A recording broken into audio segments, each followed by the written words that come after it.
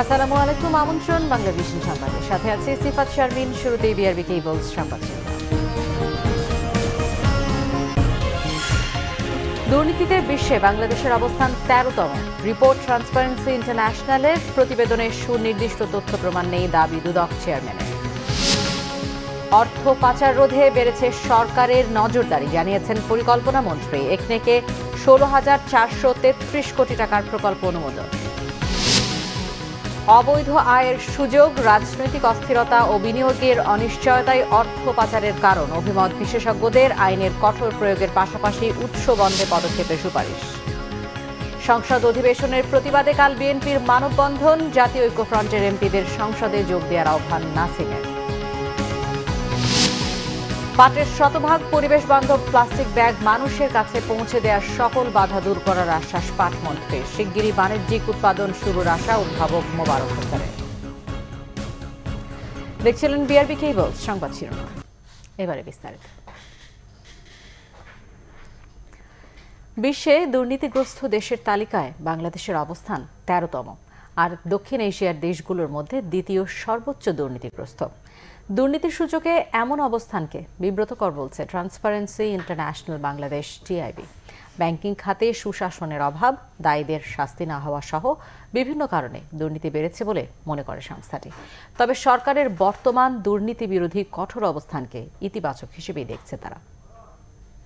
মঙ্গলবার ২৩তম বারের মতো বিশ্বব্যাপী দুর্নীতির ধারণা সূচক প্রকাশ করেছে জার্মানির বার্লিন ভিত্তিক প্রতিষ্ঠান ট্রান্সপারেন্সি ইন্টারন্যাশনাল।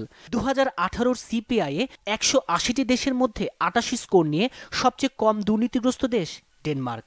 এরপরে দ্বিতীয়তে রয়েছে নিউজিল্যান্ড, তৃতীয় অবস্থানে ফিনল্যান্ড, সিঙ্গাপুর, সুইডেন ও সুইজারল্যান্ড।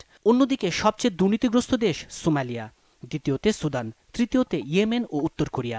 টিআইবির প্রতিবেদনে বিশ্বের দুর্নীতিগ্রস্ত দেশের তালিকায় বাংলাদেশের অবস্থান ১৩তম, যা ২০১৭ তুলনায় ৪ ধাপ নিচে।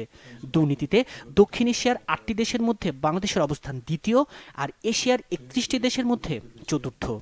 বাংলাদেশের র্যাঙ্কিং এর বিবেচনায় অবস্থানটা আরও বিব্রতকর, কারণ বাংলাদেশের র্যাঙ্কিং উপর থেকে যদি হিসাব করা হয় ১৮০টি দেশের মধ্যে আমরা এবার ১৪৯তম স্থান পেয়েছি, যেটি ২০১৭ সালের তুলনায় ৬ স্টেপ নিচে, ৬ ধাপ নিচে। আর যদি সূচকের নিম্নক্রম হিসাবে বা নিচের দিক থেকে হিসাব করা হয়, তাতেও বাংলাদেশের অবস্থান ৪ ধাপ নিচে নেমেছে। অর্থাৎ এটা আমরা ১৩তম স্থানে আছি, যেটি গতবার ২০১৭তে আমরা ছিলাম ১৭তম। টিআইবি বলছে শাস্তি নিশ্চিত না হওয়ায় দুর্নীতি দিন দিন বাড়ছে। ঋণ খেলাপি, অবৈধ অর্থ পাচার, ভূমি দখলের মতো অপরাধ দমনের পাশাপাশি দুর্নীতি দমন কমিশনকে শক্তিশালী করার পরামর্শ তাদের। সেই সাথে দুর্নীতি দমনে সরকারের রাজনৈতিক সদিচ্ছারও প্রশংসা করেছে সংস্থাটি। আমাদের ব্যাংকিং এবং ফাইন্যান্সিয়াল সেক্টরে অবারিত যেই স্ক্যান্ডাল এবং দুর্নীতির যে ঘটনাগুলো, বিশেষ করে লোন ডিফল্ট বা ঋণ খেলাপি এবং জালিয়াতি, আমাদের ক্রমবর্ধমান এবং অত্যন্ত বিব্রতকরভাবে বাংলাদেশ থেকে অবৈধ অর্থ পাচারের যে বিষয়টি, সেটি অবশ্যই ইস্যুটিকে বিবেচিত হয়ে থাকতে পারে। পৃথিবীর কোনো দেশেই শীর্ষ পর্যায়ে রাজনৈতিক সদিচ্ছা ছাড়া দুর্নীতি নিয়ন্ত্রণ হয় না। বাংলাদেশে এটি প্রকাশিত হচ্ছে বা এটি দৃঢ়ভাবে ঘোষিত হচ্ছে, সেটিকে আমরা স্বাগত জানাই। এটিকে আমরা অত্যন্ত গুরুত্বপূর্ণ উপাদান বলে মনে করি। তবে এটির কার্যকর ব্যবহার, এটির প্রয়োগ এবং এটিকে কারো প্রতি ভয় করুণা না করে বাস্তবায়ন করার যে অঙ্গীকার, সেটি থাকতে হবে। যারা দুর্নীতি করবেন, উচ্চ পর্যায়ে হোক, যেই পর্যায়ে হোক না কেন, তারা আবার বিচারহীনতার সংস্কৃতি উপভোগ করবেন, সেটি সম্ভব হবে। সেটি যদি অব্যাহত থাকে, তাহলে অবশ্যই শূন্য সহনশীলতার ঘোষণা কাগজে দলিল ছাড়া আর কিছুই থাকবে না। দুর্নীতির এই সূচক রাজনৈতিক উদ্দেশ্য প্রণোদিত নয় বলেও দাবি টিআইবির। তাইমুর রশিদ, বাংলা ভিশন, ঢাকা। দুর্নীতির সূচক নিয়ে ট্রান্সপারেন্সি ইন্টারন্যাশনাল টিআইবি যে রিপোর্ট প্রকাশ করেছে তাতে সুনির্দিষ্ট তথ্য প্রমাণ নেই দাবি করেছেন দুর্নীতি দমন কমিশনের চেয়ারম্যান ইকবাল মাহমুদ। তিনি বলেন, টিআই এর রিপোর্টে পদ্ধতিগত ভুল আছে এবং তারা অনেক সময় পক্ষপাতমূলক রিপোর্ট প্রকাশ করে। অর্থ পাচার রোধেও হতাশার কথা জানান দুদক চেয়ারম্যান। দুর্নীতির সূচকে বাংলাদেশের অবনতি হয়েছে। ট্রান্সপারেন্সি ইন্টারন্যাশনালের এই রিপোর্টের সাথে দ্বিমত পোষণ করেছেন দুর্নীতি দমন কমিশনের চেয়ারম্যান ইকবাল মাহমুদ। মঙ্গলবার দুপুরে এক প্রতিক্রিয়ায় তিনি বলেন, কি কারণে দুর্নীতি বেড়েছে, কোন খাতে বেড়েছে, এসব বিষয় স্পষ্ট না করলে টিআইয়ের এই রিপোর্ট গ্রহণ করা যাবে না। বড় দুর্নীতিবাজদের ধরতে দুদকের ব্যর্থতার কথাও স্বীকার করেন চেয়ারম্যান। কিন্তু আমরা আশা করব টিআই রিপোর্টের মধ্যে এটি থাকবে যে দুর্নীতি কেন তারা বলছে যেটা কমে নাই বা বেড়েছে, এবং সেই বাড়ার কারণ কি। যদি টিআই রিপোর্টে সেটা না থাকে তাহলে এই রিপোর্ট কোনো ক্রমে আমাদের কাছে গ্রহণযোগ্য নয়। অনেক বড় দুর্নীতিবাজকে ধরতে পারি না, দ্যাটস ট্রু। দুর্নীতিবাজ এখন যদি লন্ডনে বসে থাকে ফর এক্সাম্পল, তিনি বিদেশে বসে আছেন, আমি কেমনে তারে ধরি? অর্থ পাচার বিষয়ে দুদক চেয়ারম্যান বলেন, যারা অর্থ পাচার করে তারা দেশের বাইরে থাকে, যে কারণে তাদেরকে ধরাও সম্ভব হচ্ছে না। দিজ আর দি রিপোর্টস, এগুলা গাল ভরা রিপোর্ট একটা দিলে তো হলো না। আপনি আমাদেরকে বলেন, যিনি রিপোর্ট দিয়েছে তিনি বলুক না করিম, রহিম, সলিম, ইকবাল এরা অর্থ পাচার করছে, বলুক। তা তো আপনারা বলেন না, আপনাদেরও সমস্যা আছে তো। আপনারা যারা রিপোর্ট তৈরি করেন, আপনারা যেমন আপনার অনেক রিপোর্ট টিভিতে আমরা দেখি specific, we welcome that kind of report, যে সেটা নিয়ে আমরা চেস করি, আমরা বের করি, আপনাদের রিপোর্ট আমরা বের করি। এখন এমন এক রিপোর্ট যে যেখানে বলা হয়েছে 50,000 কোটি টাকা নিয়ে গেছে, আরে কে নিল রে ভাই? এ তো কানে চিলে কান নেওয়ার মতো অবস্থা। That should not be. কাকে খুঁজবো মহাসমুদ্রে? আমি কাকে খুঁজবো বলেন? এইভাবে report, we are not going to buy all this report. Dudok স্বাধীনভাবে কাজ করছে বলে দাবি করেন দুদক চেয়ারম্যান। যখন আরিফুল হক, বাংলা ভিশন, ঢাকা। অর্থ পাচার রোধে সরকারের নজরদারি বেড়েছে জানিয়েছেন পরিকল্পনা মন্ত্রী এম এ মান্নান। জাতীয় অর্থনৈতিক পরিষদের নির্বাহী কমিটি একনেকের সভা শেষে এই মন্তব্য করেন পরিকল্পনা মন্ত্রী। একনেক সভায় 16,433 কোটি টাকা ব্যয়ে 9টি প্রকল্পের অনুমোদন দেওয়া হয়। মঙ্গলবার সকালে রাজধানীর এনএসসি সম্মেলন কক্ষে অনুষ্ঠিত হয় জাতীয় অর্থনৈতিক পরিষদের নির্বাহী কমিটি একনেকের সভা। প্রধানমন্ত্রী শেখ হাসিনার সভাপতিত্বে অনুষ্ঠিত সভায় অনুমোদন দেয়া হয় 9টি প্রকল্পের। সভা শেষে পরিকল্পনা মন্ত্রী সাংবাদিকদের বলেন, প্রধানমন্ত্রী শেখ হাসিনা রেল, সড়ক ও নৌপথের মধ্যে সমন্বয়ের তাগিদ দিয়েছেন একনেকের সভায়। রেল, নৌ, সড়ক তিনটাতে যেন আমরা সমন্বয়ের জন্য কাজ করি, সমন্বিত ব্যবস্থা গড়ে উঠবে। সিলেটে ট্রেন কিনবো, আমি খুলনা যাব, যে মাঝে স্টিমার থাকে, রেল থাকে, ওইটা ওর মধ্যে ইনক্লুড করা যাবে। একটু পরে হয়তো হবে, বাট এটা সম্ভব। এ সময় সাংবাদিকদের কাছে মন্ত্রী আরও বলেন, অর্থ পাচার রোধে নানা উদ্যোগ গ্রহণ করেছে সরকার। ভবিষ্যতে এ ব্যাপারে সরকারের নজরদারি আরও কঠোর হবে বলেও জানান তিনি। টাকা পাচার সর্বত্র হয়, সারা বিশ্বে আদান প্রদান হচ্ছে। যেহেতু আমাদের প্রবৃদ্ধি বৃদ্ধি পেয়েছে, উৎপাদন বৃদ্ধি পেয়েছে, টাকাও প্রচুর বেশি আগের তুলনায়, সুতরাং টাকার পাচারটাও বৃদ্ধি পেয়েছে। লজিক্যালি আমার মনে হয় আমরা এটা নিয়ে আমাদের এটা নজরে আছে। আমার বিশ্বাস কর্তৃপক্ষ যারা আছেন, অর্থমন্ত্রী মহোদয়, মাননীয় প্রধানমন্ত্রী চিন্তাভাবনা করছেন, সেন্ট্রাল ব্যাংক করছে। আমরা, আপনি জানেন যে ফিনান্সিয়াল ইন্টেলিজেন্স ইউনিট নামে একটা ইউনিট স্থাপন করেছি বাংলাদেশ ব্যাংকে ট্র্যাক করার জন্য। ব্যাংকগুলোর উপর নির্দেশনা আছে যে 10 লাখ টাকা না 5 লাখ টাকার চেক পেলেই জিজ্ঞেস করো কোথায় পেয়েছেন, ব্যাখ্যা দেন ইত্যাদি। অনুমোদন পাওয়া প্রকল্পগুলোর কাজ দ্রুত বাস্তবায়নে প্রধানমন্ত্রীর কঠোর নির্দেশনার কথাও জানান পরিকল্পনা মন্ত্রী। কর্তৃপক্ষ তারা কথা দিয়েছেন। সানজিদ আহমেদ, বাংলা ভিশন, ঢাকা। অবৈধ আয়ের সুযোগ, রাজনৈতিক অস্থিরতা ও বিনিয়োগে অনিশ্চয়তার কারণে দেশ থেকে অর্থ পাচার হয়ে যায় বলে মনে করেন বিশেষজ্ঞরা। তাদের মতে অর্থ পাচার বন্ধে বিদ্যমান আইনের কঠোর প্রয়োগের পাশাপাশি উৎস বন্ধে পদক্ষেপ নিতে হবে। কারণ অবৈধ আয়ের উৎস বন্ধ না হলে অর্থ পাচার ঠেকানো সম্ভব নয়। বাংলাদেশ থেকে 2015 সালে প্রায় 50,000 কোটি টাকা পাচার হওয়ার তথ্য দিয়েছে যুক্তরাষ্ট্রের গবেষণা প্রতিষ্ঠান গ্লোবাল ফাইন্যান্সিয়াল ইন্টিগ্রিটি GFI। সংস্থাটির প্রতিবেদন অনুযায়ী আন্তর্জাতিক বাণিজ্যের মাধ্যমে বাংলাদেশ থেকে 2015 সালে $590 কোটি পাচার হয়েছে টাকার হিসাবে, যা প্রায় 50,000 কোটি। 2014 সালে দেশ থেকে $911 কোটি পাচার হয়েছিল বলেও জানানো হয়েছিল সংস্থাটির গত বছরের প্রতিবেদনে। অর্থ পাচার প্রসঙ্গে পলিসি রিসার্চ ইনস্টিটিউটের নির্বাহী পরিচালক আহসান এইচ মনসুর বলেন, সমাজে প্রতিষ্ঠিত প্রায় সবারই ছেলেমেয়ে দেশের বাইরে থাকে।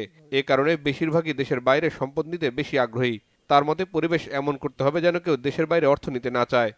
পাচারের অর্থটা কোথা থেকে আসছে, অর্থাৎ corruption, political abuse and making মানি,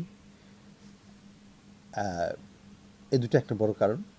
আরেকটা হচ্ছে যে এই ভবিষ্যৎ, সন্তানদের ভবিষ্যৎ, দেশের ভবিষ্যতের সাথে জড়িত। দেশ যদি উন্নতি করে, দেশ যদি স্টেবল হয়, দেশে যদি সুশাসন এবং ব্যক্তি অধিকার, সম্পদের নিরাপত্তা, এগুলো যদি প্রবিধান করা যায়, তাহলে কিন্তু এই সমস্যাগুলো মিটে যায়। টাকা পাচার হয় সেটাই, যেটা এখানে বিনিয়োগ করতে সে চায় না বা পারে না, বা দেওয়া নাই বা পরিবেশ নাই।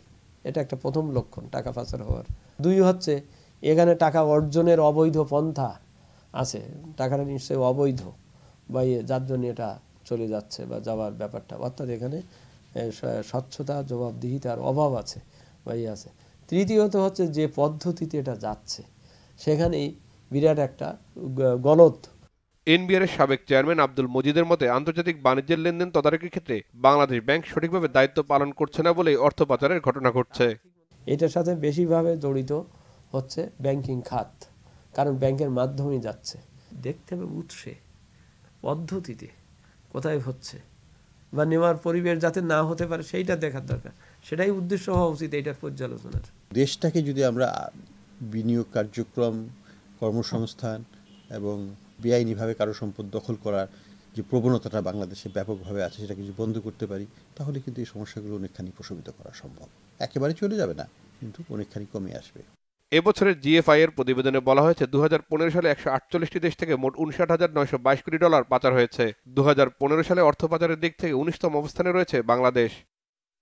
রিশাদ নাসরুল্লাহ, বাংলা ভিশন, ঢাকা। 81 জাতীয় সংসদ অধিবেশনের প্রতিবাদে কাল মানববন্ধন এবং 8 ফেব্রুয়ারি বেগম খালেদা জিয়ার মুক্তির দাবিতে সোহরাওয়ার্দী উদ্যানে জনসভার কর্মসূচি ঘোষণা করেছে বিএনপি। নয়াপল্টনের কেন্দ্রীয় কার্যালয়ে সংবাদ সম্মেলনে বিএনপির সিনিয়র যুগ্ম মহাসচিব রুহুল কবির রিজভী এই কর্মসূচির ঘোষণা দেন। রুহুল কবির রিজভী অভিযোগ করেন নির্বাচনের নামে এক অসুস্থ পরিবেশ ছড়িয়ে দেওয়া হয়েছে রাষ্ট্রের সর্বত্র।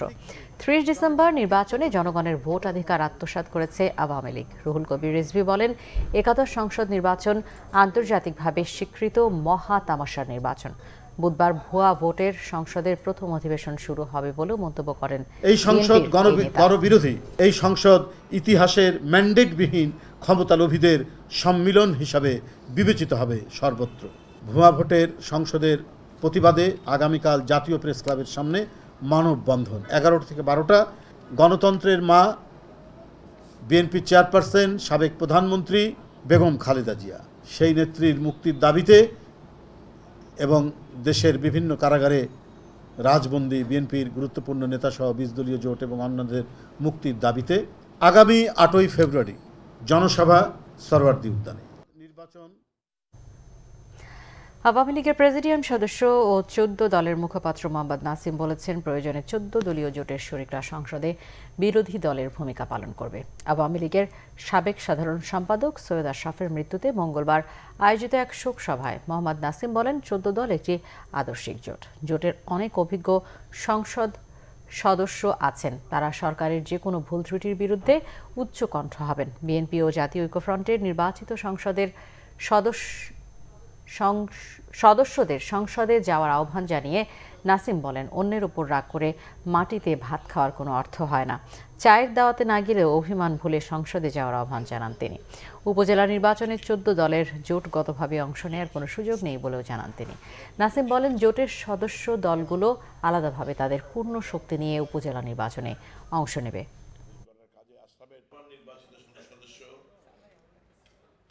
ষড়যন্ত্র চলছিল এই সংসদ সদস্য ভবন। অবশ্যই 14 দল অনেক অভিজ্ঞ পার্লামেন্টারিয়ান 14 দলের মধ্যে এখনো আছে, যারা পার্লামেন্টের সদস্য নির্বাচিত হয়েছে। তারা পার্লামেন্টে যে সঠিকভাবে প্রয়োজনে বিরোধী দলের ভূমিকা পালন করবে। বিরোধী দল মানে বিরোধী দলের কণ্ঠ তারা উচ্চারণ করবে, আনুষ্ঠানিক বিরোধী দল নয়, কিন্তু বিরোধী দলের মতোই সরকার কোনো ভুল ত্রুটি হলে সমালোচনা করবে, অবশ্যই করবে সমালোচনা। বর্তমান সরকারের অধীনে বিএনপি আর কোনো নির্বাচনে অংশ নেবে না বলে জানিয়েছেন দলের কেন্দ্রীয় কমিটির যুগ্ম মহাসচিব সৈয়দ মোয়াজ্জেম হোসেন আলাল। বিকেলে কিশোরগঞ্জে জেলা বিএনপির আয়োজিত নির্বাচনোত্তর কর্মী সমাবেশে তিনি কথা বলেন। 30 ডিসেম্বর প্রহসনের নির্বাচন আখ্যায়িত করে তিনি বলেন দেশের জনগণকে প্রতিপক্ষ হিসেবে দাঁড় করিয়ে বিএনপিকে পরাজিত করেছে। এই পরাজয় বিএনপির নয়, এই পরাজয় গণতন্ত্রের। জেলা বিএনপির সাধারণ সম্পাদক মাসারুল ইসলামের সভাপতিত্বে বিশেষ অতিথি হিসেবে বক্তব্য রাখেন বিএনপির কেন্দ্রীয় সাংগঠনিক সম্পাদক সৈয়দ ইমরান সালেহ প্রিন্স ও সহধর্ম বিষয়ক সম্পাদক আব্দুল বারী ড্যানি। রংপুরের আইনজীবী রথীশ চন্দ্র ভৌমিক হত্যার চাঞ্চল্যকর মামলায় স্ত্রী স্নিগ্ধা ভৌমিককে ফাঁসির আদেশ দিয়েছেন জেলা ও দায়রা জজ আদালতের বিচারক। মঙ্গলবার দুপুরে রায় ঘোষণার পর সন্তুষ্টি প্রকাশ করে তা দ্রুত কার্যকর করার দাবি জানিয়েছেন স্বজন ও আইনজীবীরা। এর আগে কড়া নিরাপত্তায় আদালতে আনা হয় আসামি স্নিগ্ধা ভৌমিককে। 2018 সালের 29 মার্চ রাতে আইনজীবী রথীশ চন্দ্র ভৌমিককে 10টি ঘুমের ওষুধ খাইয়ে শ্বাসরোধে হত্যা করেন তার স্ত্রী স্নিগ্ধা ভৌমিক ওরফে দীপা ও তার কথিত প্রেমিক শিক্ষক কামরুল ইসলাম। এরপর তার মরদেহ তাজহাট মোল্লাপাড়ায় কামরুলের ভাইয়ের নির্মাণাধীন বাড়ির ঘরের মেঝেতে পুঁতে রাখা হয়। 3 এপ্রিল মধ্যরাতে রথীশ চন্দ্রের স্ত্রী স্নিগ্ধাকে জিজ্ঞাসাবাদের জন্য র্যাব আটক করে। তিনি এই হত্যাকাণ্ডের কথা স্বীকার করেন এবং মরদেহের অবস্থান সম্পর্কে তাদের জানান। সেই সূত্র ধরে ওই দিন মোল্লাপাড়ার বাড়ির মেঝে খুঁড়ে নিহত আইনজীবী রথীশের গলিত মরদেহ উদ্ধার করা হয়। গত বছরের 21 অক্টোবর এই হত্যা মামলার অভিযোগপত্র আদালতে দাখিল করা হয়। 30 অক্টোবর থেকে হত্যা মামলার সাক্ষ্য গ্রহণ শুরু হয়। হত্যা মামলায় 37 জন সাক্ষীর সাক্ষ্য গ্রহণ শেষে যুক্তিতর্ক সম্পন্ন করা হয়। রায় ঘোষণার সময় স্নিগ্ধা ভৌমিক আদালতে ছিলেন। রায় সন্তুষ্ট বাদী পক্ষের আইনজীবীরা। পরিকল্পিত হত্যার জন্য বিজ্ঞ আদালত আসামিকে ফাঁসির আদেশ দিয়েছেন। আমরা মনে করি এই রায় যুক্তিযুক্ত, ন্যায়ত এবং ন্যায় বিচার প্রতিষ্ঠিত হয়েছে। আমরা আইনজীবী সমাজ এই মামলায় রায়ে সন্তুষ্ট। এই মামলার প্রধান আসামি সহ 2 আসামি এরই মধ্যে কারাগারে চিকিৎসাধীন অবস্থায় মারা গেছে। প্রধান আসামি কামরুল ইসলাম বন্দী থাকা অবস্থায় মারা যায় গত বছরের 10 নভেম্বর। অপর আসামি নিহত আইনজীবীর সহকারী মিলন মোহন্ত গত বছরের 13 এপ্রিল কারাগারে চিকিৎসাধীন অবস্থায় মারা যায়। 2 শিশুকে চার্জশিট থেকে বাদ দেয় পুলিশ। এই হত্যা মামলার বাদী নিহত আইনজীবীর ছোট ভাই সুশান্ত ভৌমিক ও তার ভাইয়ের হত্যা মামলার রায়ে সন্তোষ প্রকাশ করে রায় দ্রুত কার্যকরের দাবি জানান। একটা মধ্যমণি ছিল, আমাদের পরিবারের মাথা ছিল। আমরা কখনোই তার কথার উপরে আমরা কোনো কথা বলিনি। সে কারণেই রায়ে খুশি। আমি আশা করব যাতে এই রায় অনতিবিলম্বে কার্যকর হয়। রথীশ চন্দ্র রংপুর জেলা আওয়ামী লীগের আইন বিষয়ক সম্পাদক ও জেলা আইনজীবী সমিতির সহসাধারণ সম্পাদক ছিলেন। Morsheda Russel, Bangla vision, news desk. বাংলাদেশের বিরুদ্ধে মিথ্যা তথ্য ছড়ানোর অভিযোগে ঢাকায় নিযুক্ত দেশটির রাষ্ট্রদূতকে ডেকে কড়া প্রতিবাদ জানিয়েছে পররাষ্ট্র মন্ত্রণালয়। বিকেলে ঢাকায় নিযুক্ত দেশটির রাষ্ট্রদূত লিন ইউকে তলব করে কূটনৈতিক প্রতিবাদ পত্র হস্তান্তর করা হয়। পররাষ্ট্রমন্ত্রী ডক্টর AK আব্দুল মোমেন বলেছেন, দেশটি প্রতিনিয়ত বাংলাদেশের বিরুদ্ধে মিথ্যা তথ্য ছড়াচ্ছে। সম্প্রতি মিয়ানমার সরকার ও বিভিন্ন গণমাধ্যম অভিযোগ করে বাংলাদেশ থেকে কিছু লোক দেশটিতে গিয়ে বোমাবাজি করছে। পররাষ্ট্রমন্ত্রী বলেন, এটি মিথ্যা ও বানোয়াট প্রচারণা। বাংলাদেশ কোনো সন্ত্রাসীকে ঠাঁই দেয় না জানিয়ে তিনি বলেন, সন্ত্রাসীদের ব্যাপারে বর্তমান সরকারের নীতি জিরো টলারেন্স। এ ধরনের মিথ্যা অভিযোগ দুদেশের বন্ধুত্বমূলক সম্পর্কের জন্য ক্ষতিকর হবে বলেও জানান মন্ত্রী। বিজ্ঞানী মোবারক হোসেনের আবিষ্কার বহু আকাঙ্ক্ষার সোনালী ব্যাগ উৎপাদন থেমে থাকবে না বলে আশ্বাস দিয়েছেন পাট ও বস্ত্রমন্ত্রী গোলাম দস্তগীর গাজী। বলেছেন, পাটের তৈরি শতভাগ পরিবেশ বান্ধব এই প্লাস্টিক ব্যাগ মানুষের কাছে পৌঁছে দেওয়ার পথে সকল বাধা দূর করা হবে। আশা ছাড়ছেন না উদ্ভাবক মোবারক হোসেনও। অর্থ সংকট কেটে গেলে শিগগিরই এই ব্যাগের বাণিজ্যিক উৎপাদনের অপেক্ষা তার। ম্যানুয়াল হলেও ঘুরছে মেশিন, বেরিয়ে আসছে পাটের তৈরি সোনালী ব্যাগের উপাদান। দেখতে পলিথিনের মতো হলেও এতে নেই পলিথিনের কোনো উপাদান। পাট থেকে কিভাবে সম্ভব এমন ব্যাগ? প্রক্রিয়াই বা কী? প্রশ্ন আসতে পারে যে কারো মনেই। আমরা প্রথমে জুট কেটেছি না, যেটা ওয়েস্টেজ, ওয়েস্টেজটাকে প্রথমে আমরা ব্লিচ করে নিই। ব্লিচ জুট থেকে তারপরে আমরা সেলুলোজ আহরণ করি। সেলুলোজটাকে আমরা ওয়াটার সলিউবল ফর্মে নেই, পানিতে দ্রবণীয় সেলুলোজ তৈরি হলো। এইটাকে আমরা পরিমিত পরিমাণে বায়োডিগ্রেডেবল বাইন্ডার মিশিয়ে আমরা এই সলিউশনটা তৈরি করি। এই সলিউশনটা মেশিনের মাধ্যমে আমরা শীট পাই। ফাইনাল প্রোডাক্ট হিসেবে এই ব্যাগটা শেষ পর্যন্ত আসে আর কি। এইটাই হলো সোনালী ব্যাগ। বিশ্বে এই পদ্ধতির আবিষ্কার বাংলাদেশেই প্রথম। আবিষ্কারকও বাংলাদেশেরই। এত বড় সফলতা চোখের সামনে, কিন্তু অটোমেশিন, লোকবল সংকট সহ আধুনিক প্রযুক্তির অভাবে সাধারণের কাছে সুফল পৌঁছাতে পারছেন না আবিষ্কারক মোবারক আহমেদ খান। এই জিনিসটা নতুন তৈরি হয়েছে, তৈরি হওয়ার জন্য কোনো যন্ত্রপাতি পৃথিবীতে কেউ তৈরি করে রাখে নাই। মেশিনগুলি সোর্সিং করতে হচ্ছে, বিভিন্ন দেশে কথা বলতে হচ্ছে, বিভিন্ন দেশে যাওয়া দরকার, তাদের সাথে কথা বলা দরকার বা তাদের আসতে বলা দরকার। এটা একটা চ্যালেঞ্জ। এবং সর্বোপরি চ্যালেঞ্জ হলো আর্থিক সহায়তা। আর্থিক সহায়তা যদি ভালো থাকে তাহলে কিন্তু আমার এইসব চ্যালেঞ্জ আমি খুব বড় চ্যালেঞ্জ মনে করি না। এমন বাস্তবতায় ডেমরার লতিফ বাওয়ানি জুট মিলে সোনালী ব্যাগ তৈরির কার্যক্রম পরিদর্শন করেন বস্ত্র ও পাট মন্ত্রী। মন্ত্রীর কাছে প্রশ্ন ছিল, সোনালী ব্যাগের কার্যক্রম কি ধুকে ধুকেই চলবে? কবে কাটবে অর্থ সংকট? আমি জানি না, আমি নতুন এসেছি, আমি থাকলে কোনো অর্থনৈতিক জটিলতা থাকবে না। এখন নিশ্চয়ই আপনি সেটি দেখবেন। হ্যাঁ, নিশ্চয়ই আমি এটা দেখব, কারণ আমি ম্যান অফ ইন্ডাস্ট্রি কীভাবে চালাতে হয় আমি জানি। আমি ইনশাল্লাহ সফল হবে। বিজ্ঞানী মোবারক আহমেদ খানের সাথে পুরো টিমেরই অপেক্ষা সোনালী ব্যাগের সোনালী দিনের। গ্রামাঞ্চলে একটি প্রবাদ বেশ প্রচলিত, মাটির লোহা হজম করতে পারে কিন্তু পলিথিন হজম করতে পারে না। তাহলে খুব সহজে অনুমান করা যাচ্ছে পলিথিন কতটা ক্ষতিকর পরিবেশের জন্য। পরিবেশের সেই ক্ষতি থেকে রক্ষা করতে উদ্ভাবন করা হয়েছে পাট থেকে সম্পূর্ণ পরিবেশ বান্ধব এই সোনালী ব্যাগ। কিন্তু অর্থনৈতিক সংকটের কারণে কাঙ্ক্ষিত লক্ষ্যে পৌঁছাতে পারছে না স্বপ্নের এই প্রকল্পটি। Miraj Hossain Gazi, Bangla vision, Latif Bawani jute mills, Demra, Dhaka. 2018 সালে সারা দেশে 3103টি সড়ক দুর্ঘটনায় 4439 জনের মৃত্যু হয়েছে। আহতের সংখ্যা 7425। এই পরিসংখ্যান দিয়েছে নিরাপদ সড়ক চাই। সংস্থাটি বলছে 2017 সালের তুলনায় এবছর সড়ক দুর্ঘটনায় মৃত্যুর হার 21.36% কমেছে। সকালে ঢাকা রিপোর্টার্স ইউনিটিতে এক সংবাদ সম্মেলনে জানানো হয়, সবচেয়ে বেশি বাস দুর্ঘটনা ঘটেছে বাসে 879টি, এরপর ট্রাকে 793, মোটরসাইকেলে 634 এবং কাভার্ড ভ্যানে 119টি। সবচেয়ে বেশি 1535 জনের মৃত্যু হয়েছে গাড়ি চাপায়। এরপর মুখোমুখি সংঘর্ষে মৃত্যু হয়েছে 873 জনের। সবচেয়ে বেশি চালক মারা গেছেন মোটরসাইকেলের 160 জন ও বাস ড্রাইভার মারা গেছেন 64 জন। সবচেয়ে বেশি প্রাণহানি ঢাকা জেলায় 364 জন। চালকদের বেপরোয়া গাড়ি চালানো এবং আইন না মানার প্রবণতাকেই সড়ক দুর্ঘটনার জন্য সবচেয়ে বেশি দায়ী বলে মনে করেন নিরাপদ সড়ক চাইয়ের চেয়ারম্যান ইলিয়াস কাঞ্চন।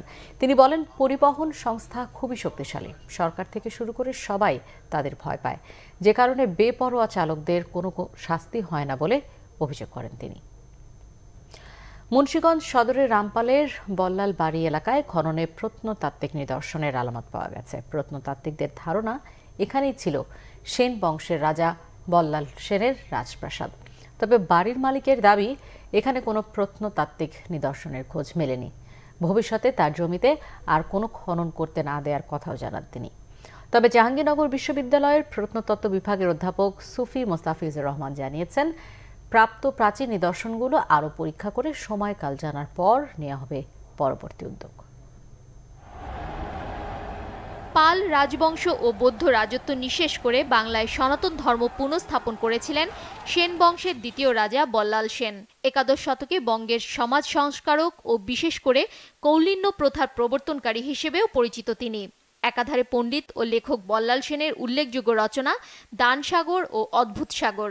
সেই বল্লাল সেনের রাজপ্রাসাদের হদিস মিলেছে মুন্সিগঞ্জে, এমনই ধারণা প্রত্নতত্ত্ববিদদের। মুন্সিগঞ্জ সদরের রামপালের বল্লাল বাড়ি, এখানেই পরীক্ষামূলক খননে মিলেছে কিছু ইটের টুকরো ও মৃৎপাথরের অংশবিশেষ। এসব একাদশ শতকের বল্লাল সেনের রাজত্বের সময়ের নিদর্শন হতে পারে বলে ধারণা প্রত্নতাত্ত্বিকদের। তবে এ দাবি নাকচ করে বাড়িটির বর্তমান মালিক বলছেন, এখানে পুরনো দিনের বিভিন্ন নিদর্শন মিললেও এটি বল্লাল সেনের রাজপ্রাসাদ হতে পারে না। ক্যামেরা যে ছবি উড়ে হারে উড়িতেছে, পাইতেছে এই চারা, ভাঙা চারা আছে না, ছোট চারা, এইগুলি ভুড়াইয়া চারা দেখে বলে নিয়ে এই তারপরে বোঝা ছুঁয়ে গেছে। জমিনের আমার নিজের খরিদ করা জমি, লেখছে সরকারের খাস জমি। এটা কি আমি কেন আমি ক্ষুদ্র জমি আর হবে না। গবেষণার বিষয় ঠিক আছে, কিন্তু এটা কি গবেষণা আসলো যেন কোনো কিছু গতা কইরা কিছু না পেয়া বলতাছে পাইছি।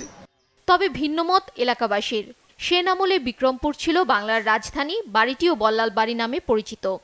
এইটা বল্লাল সেনের দিকে, এরপর এমুরাইয়া হের বাড়ির লগে একটা পুষ্কুনি আছে গোল, বুঝলেন? এই পুষ্কুনিটা এই বল্লাল সেনের, এর লগে একটা কুঠা করছে মাটির তলে, এটা অর্ধেক গাঁথা অর্ধেক উঁচা। বল্লাল সেনের একটা ঐতিহ্য, দেখা গেছে মানুষ বিভিন্ন জায়গা থেকে ঘুরতে আসবো।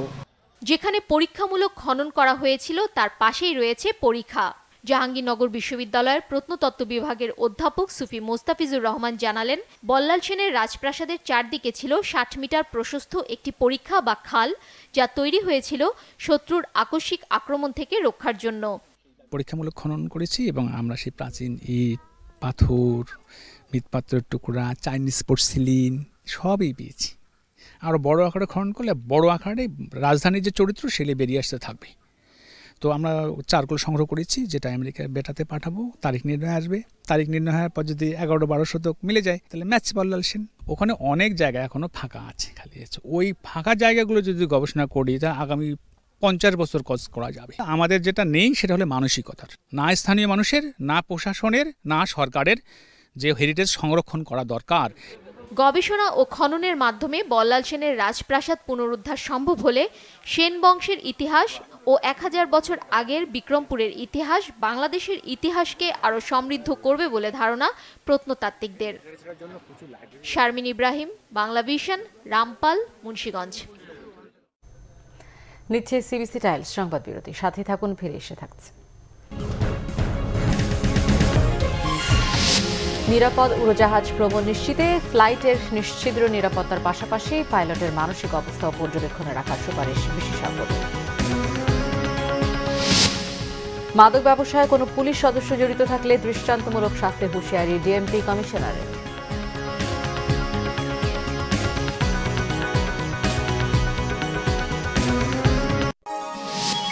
আপনারা দেখছেন বাংলা ভিশন সংবাদ।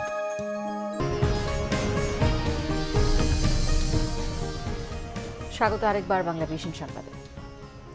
নিরাপদ উড়োজাহাজ ভ্রমণ নিশ্চিতে ফ্লাইটের নিশ্ছিদ্র নিরাপত্তার পাশাপাশি পাইলটের মানসিক অবস্থাও পর্যবেক্ষণে রাখা প্রয়োজন। এজন্য পাইলট নিয়োগে 2 স্তর বিশিষ্ট সাইকোমেট্রিক এবং সাইকোলজিক্যাল প্রোফাইলিং পরীক্ষা জরুরি বলে মনে করেন বিশেষজ্ঞরা। সকালে রাজধানীর একটি হোটেলে এয়ারলাইন সেফটি উন্নয়নে মিডিয়ার ভূমিকা নিয়ে আলোচনায় নভ এয়ারের ব্যবস্থাপনা পরিচালক মফিজুর রহমান জানান, যাত্রী সুরক্ষায় ধূমপায়ী বা মাদকাসক্ত পথভ্রষ্ট পাইলটদের অবশ্যই শাস্তির আওতায় আনা উচিত। জবাবদিহিতা নিশ্চিতে নিয়ন্ত্রক সংস্থা, সিভিল এভিয়েশন এবং সেবাদানকারী প্রতিষ্ঠান আলাদা হওয়া জরুরি। উড়োজাহাজ চলাচলে নিরাপত্তার বিভিন্ন চ্যালেঞ্জ তুলে ধরে বিমান সংস্থাটির chief of air safety captain Ashfaq বলেন, অভ্যন্তরীণ বিমানবন্দরগুলোর রানওয়ে এখনও মসৃণ নয়। বিমানবন্দরের পাখি সমস্যা শিগগিরই সমাধান করা না হলে বড় দুর্ঘটনার আশঙ্কা রয়েছে।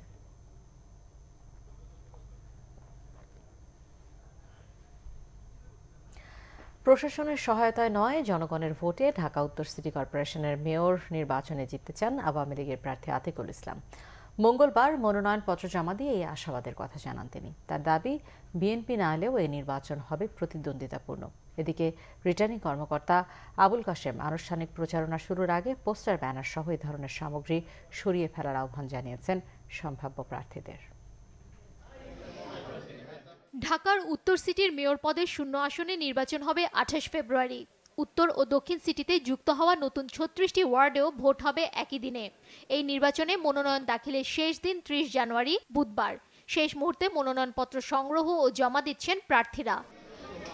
মঙ্গলবার ঢাকা উত্তরের মেয়র পদে মনোনয়ন জমা দিয়েছেন আওয়ামী লীগের প্রার্থী আতিকুল ইসলাম। দলের কেউ না থাকলেও বিশিষ্টজনদের সাথে নিয়ে রিটার্নিং কর্মকর্তার কাছে মনোনয়ন জমা দেন তিনি। জানান, উত্তর সিটিকে বাসযোগ্য করে গড়ে তোলার স্বপ্নের কথা।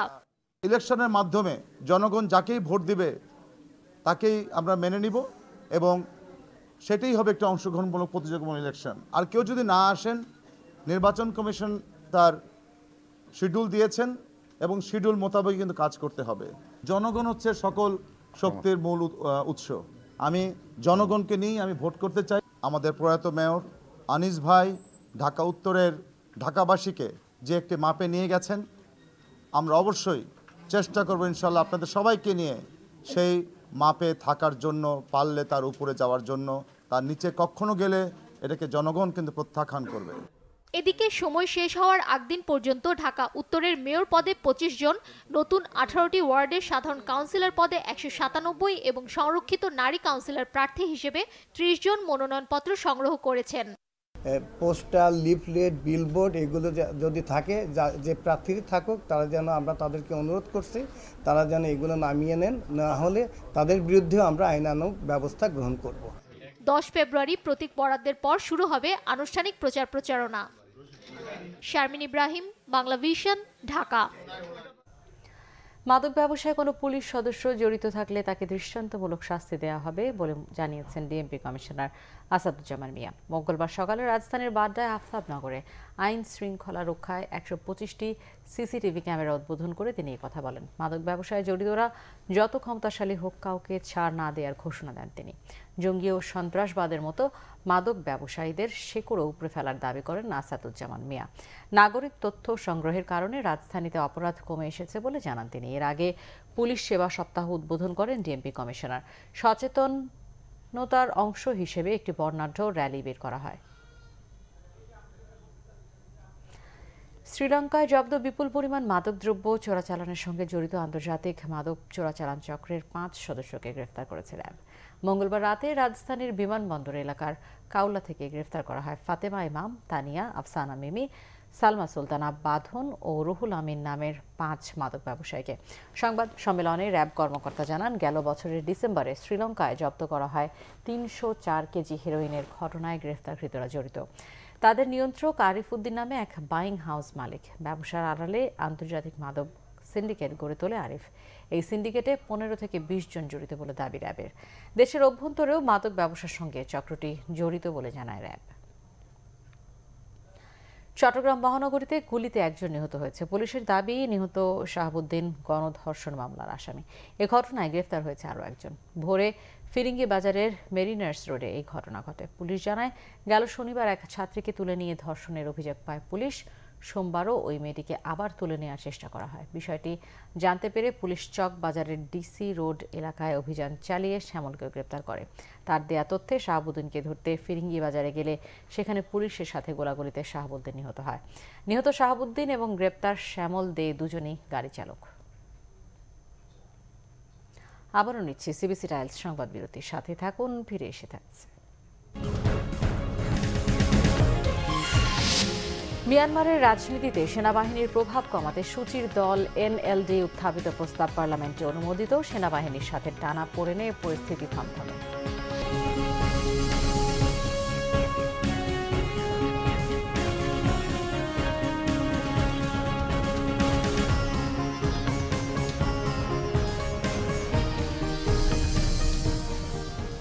আবারও স্বাগত বাংলা ভিশন সংবাদে। আমিন জুয়েলার্স আন্তর্জাতিক সংবাদ।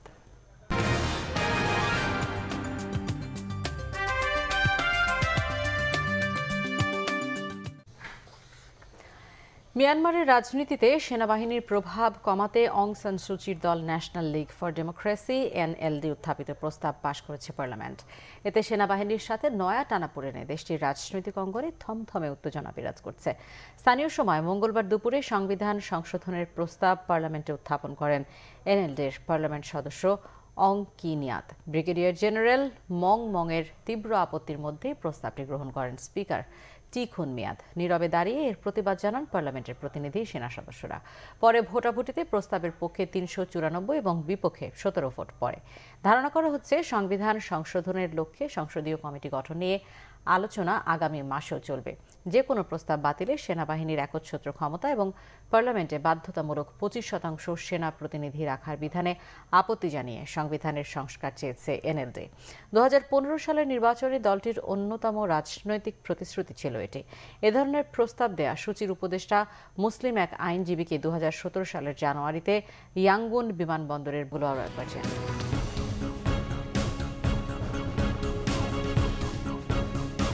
দুর্নীতিতে বিশ্বে বাংলাদেশের অবস্থান 13তম। রিপোর্ট ট্রান্সপারেন্সি ইন্টারন্যাশনালের সুনির্দিষ্ট তথ্য প্রমাণ নেই দাবি দুদক চেয়ারম্যানের। অর্থ পাচার রোধে বেড়েছে সরকারের নজরদারি, জানিয়েছেন পরিকল্পনা মন্ত্রী। একনেকে 16,433 কোটি টাকার প্রকল্প অনুমোদন। অবৈধ আয়ের সুযোগ, রাজনৈতিক অস্থিরতা ও বিনিয়োগে অনিশ্চয়তায় অর্থ পাচারের কারণ অভিমত বিশেষজ্ঞদের। আইনের কঠোর প্রয়োগের পাশাপাশি উৎস বন্ধে পদক্ষেপের সুপারিশ। সংসদ অধিবেশনের প্রতিবাদে কাল বিএনপির মানববন্ধন। জাতীয় ঐক্যফ্রন্টের এমপিদের সংসদে যোগ দেওয়ার আহ্বান নাসিমের। পাটের শতভাগ পরিবেশ বান্ধব প্লাস্টিক ব্যাগ মানুষের কাছে পৌঁছে দেওয়ার সকল বাধা দূর করার আশ্বাস পাট মন্ত্রীর। শিগগিরই বাণিজ্যিক উৎপাদন শুরুর আশা উদ্ভাবক মোবারক হোসেনের। এই ছিল এখনকার মতো। পরের সংবাদ রাত 10:30। এর আগে 9টায় রয়েছে নিউজ টপ 10 দেখার আমন্ত্রণ রইল। এছাড়া ফেসবুকে বাংলাভিশন সংবাদ সরাসরি দেখতে লগ ইন করতে পারেন facebook.com/বাংলাভিশন। সাথে থাকায় ধন্যবাদ সবাইকে।